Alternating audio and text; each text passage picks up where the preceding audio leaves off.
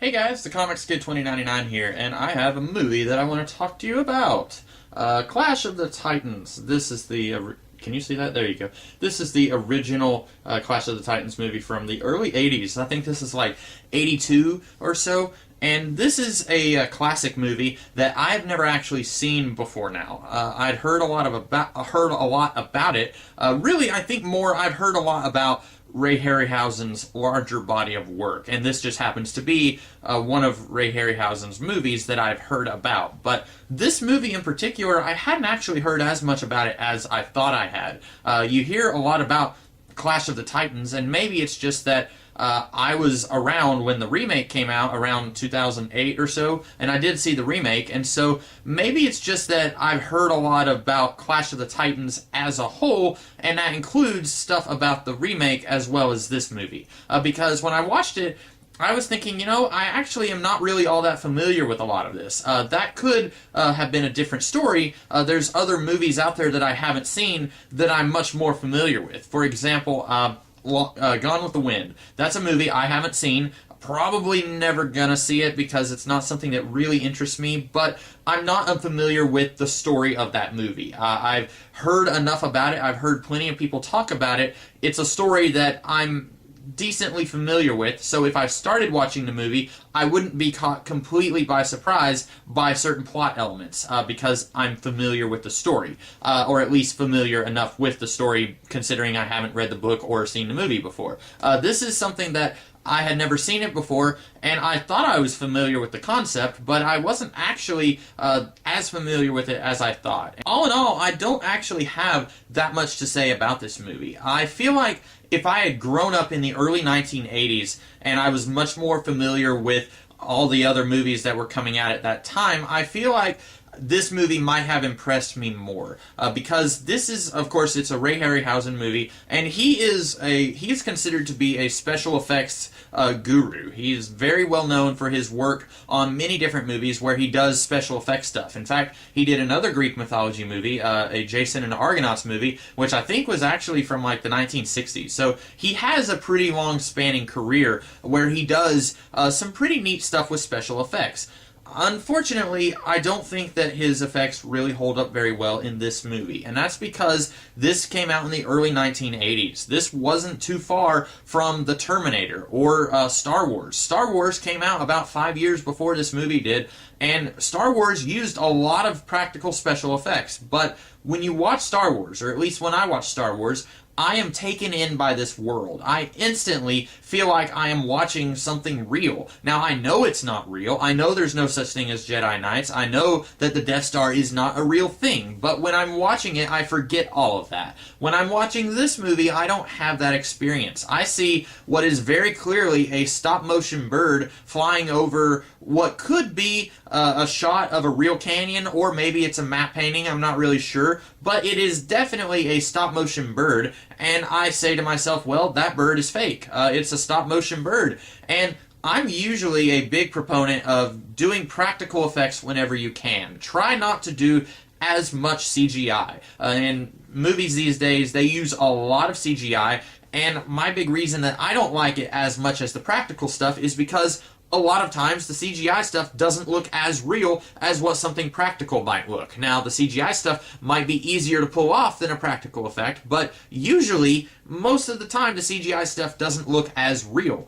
In this case, that's the exact opposite effect. A lot of the practical effects that we have here, they look very fake, and every time we see some kind of effect here, like when Perseus is trying to lasso the Pegasus, or when he's fighting the giant scorpion monsters, or the two-headed dog creature, when he's fighting all these things, or when he's interacting with these things that are not real, I am always taken out of the movie because it's a practical effect that they're doing. They're doing some kind of stop-motion stuff, but they didn't quite have the capability of making it fully interact and combine with the real footage that they had of real actors. And you compare this, say, to the remake movie, which it's been a very long time since I saw the remake, so I'm not going to sit here and tell you that the remake is better or worse. I really don't remember much about the remake, but I will say that at least when you're watching that movie, the CGI looks a lot better than the effects in this movie. And I don't want this to sound like I am just disparaging the works of Ray Harryhausen, because I do think that some of his earlier works, like, say, the Jason and the Argonauts movie from the 60s,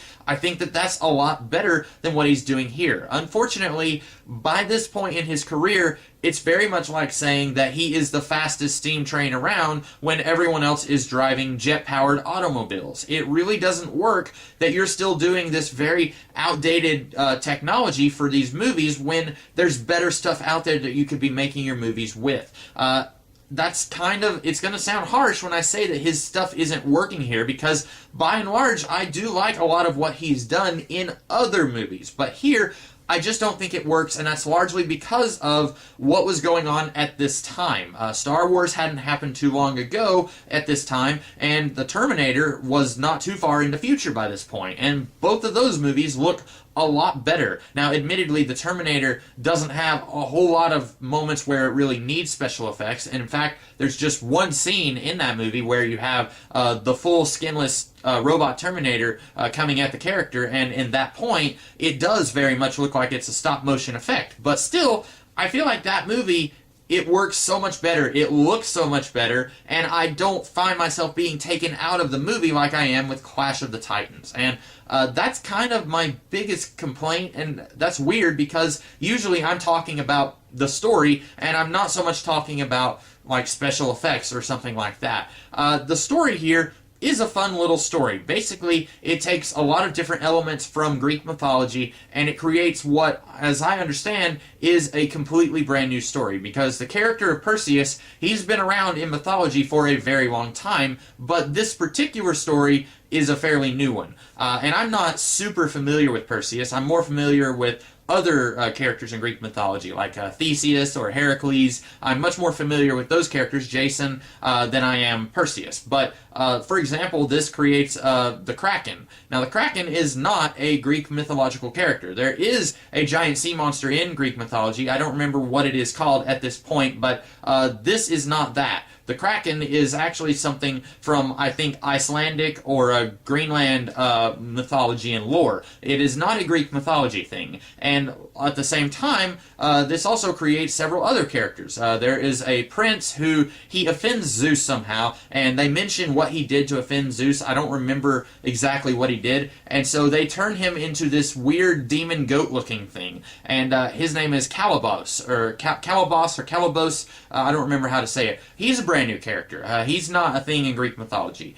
This movie, it does a lot to create its own mythology, and that's not necessarily a bad thing. I'm not going to sit here and say that this movie should be condemned because it doesn't follow Greek mythology, especially since I'm a huge comic book fan, and I also like some comic book movies. A lot of people, when they hear that I didn't like a certain comic book movie, they say, oh, is it because it doesn't follow the comics? No, I don't mind if a comic book movie goes in its own direction and doesn't follow the comics. I specifically just want a good story. If you don't follow the comics, that's fine, but you need to have a good story. I don't mind if this movie kind of goes in its own direction and doesn't stay 100% faithful to the Greek mythology, especially since a lot of the Greek mythology that's out there, a lot of it does work together as this larger piece, but quite often, just as often, it is contradictory. It doesn't really work if you try to put it all together into one story. And so I understand that they want to create their own mythology, they want to do some new things, but at the same time,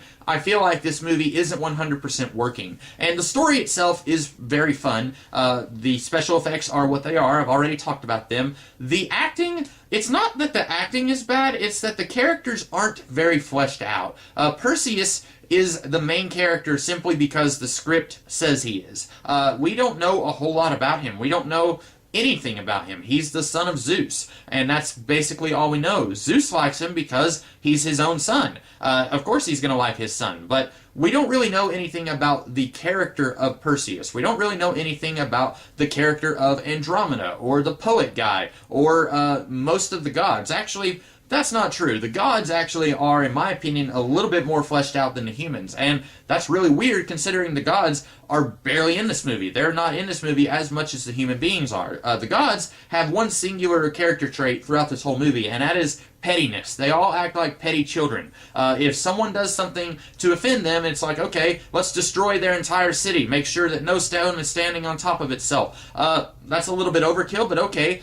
These gods are all petty children, and I said that this movie doesn't stay 100% faithful to Greek mythology. Well, that is a little bit faithful to Greek mythology, because quite often in the Greek myths, you had the gods, all they would do is be very petty, and they would interfere with humanity, and they would do something kind of jerkish to a human being or a group of people just because they felt like it, like they were bored, and it's like, well, you know, I'm just going to do this just to be a jerk. And that's what a lot of the gods in this movie are doing. Both the ones who are on Perseus' side, like Zeus, and then Thetis, played by Professor McGonagall from the Harry Potter movies. She's kind of the antagonist against Perseus, and both her and Zeus, they kind of act the same. They're just on different sides of each other. And I feel like they were fleshed out, but a lot of the human characters, in fact, most of the human characters really aren't. And except maybe for Calibos, I can kind of understand why he's so angry and just bitter at the world, because he does something, yes, I don't remember what he does. He like kills something or someone that Zeus liked, and so Zeus turns him into this demon goat guy, and then he's really upset because this girl who was going to marry him, when she sees him, suddenly it's like, that's okay, I don't want to marry a demon goat guy. So I understand why he's doing that. I understand most of what he does, but all of the other human characters, I really don't feel like they have any personality or anything fleshed out. They're just vehicles for the plot to happen in. And it's gonna sound like I'm really dogging on this movie, like I really did not like it. I enjoyed watching it. I'm always a fan of Greek mythology. It's just that I think this movie could have been a lot better. And I'm not saying that as somebody living in the 21st century, saying that this could have been really good by 21st century standards. I'm not saying that. I'm saying that by 1982 standards, this movie could have been a lot better. The story has nothing to do with when it comes out. The story could have been a lot better at any time. But the special effects, which is what I talked about first, I feel like that could have been a lot better in the time that it came out. So this movie, not the best movie in the world, not even the best Greek mythology movie in the world. I would even say that the Jason and the Argonauts movie that Harryhausen worked on, I would even say that that is a better movie than Clash of the Titans. But it's still a fun ride. It's still enjoyable. It's got some neat stuff in it. If you want to kill an afternoon and you find that you have this movie sitting on your bookshelf or your DVD shelf, but you've never seen it for some reason, I wouldn't say that you shouldn't watch it. I'm just saying it's not the best movie in the world. So those are my thoughts on the Clash of the Titans movie from the 80s. I hope that you guys liked this review. I hope that if you did disagree with me, if you think that this movie is phenomenal, leave me a comment below. Tell me why. Don't just say that I'm wrong, that I'm an idiot for not liking this movie. Tell me why you like it. I'm always welcoming feedback, but anytime someone just leaves me a comment and says, you're an idiot, you're naive, you're stupid, that's not really what I'm looking for. That's not really feedback. That's just you being an angry YouTube commenter. So if you disagree with me, let me know in the comments below. Tell me why you like this movie. And I will be back with another video tomorrow, a very special review of the Batman movie Mask of the Phantasm. And then next week I'll be doing some other videos. So be sure to check out those videos when they come out. So I will see you guys in the future. Have a great rest of the day.